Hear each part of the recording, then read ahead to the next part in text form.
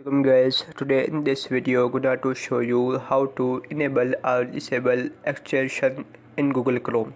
So guys, if you want to enable or disable extension in Google Chrome, so very easy. Firstly open Chrome browser.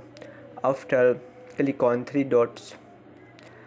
After click on more tools and here click on extensions. That is,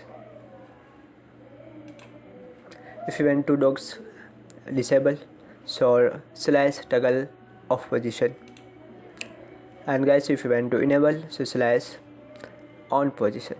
That is, if you want to Google Docs offline, if you want to disable, so slash off position.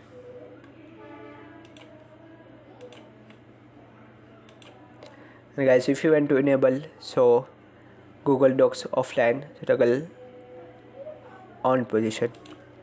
If you want to on docs, so toggle on position. If you want to slides on position, so on position. That is. So guys, this is very simple and easy method if you want to enable or disable extension in Google Chrome. Thank you for watching this video. Please subscribe my channel for latest update.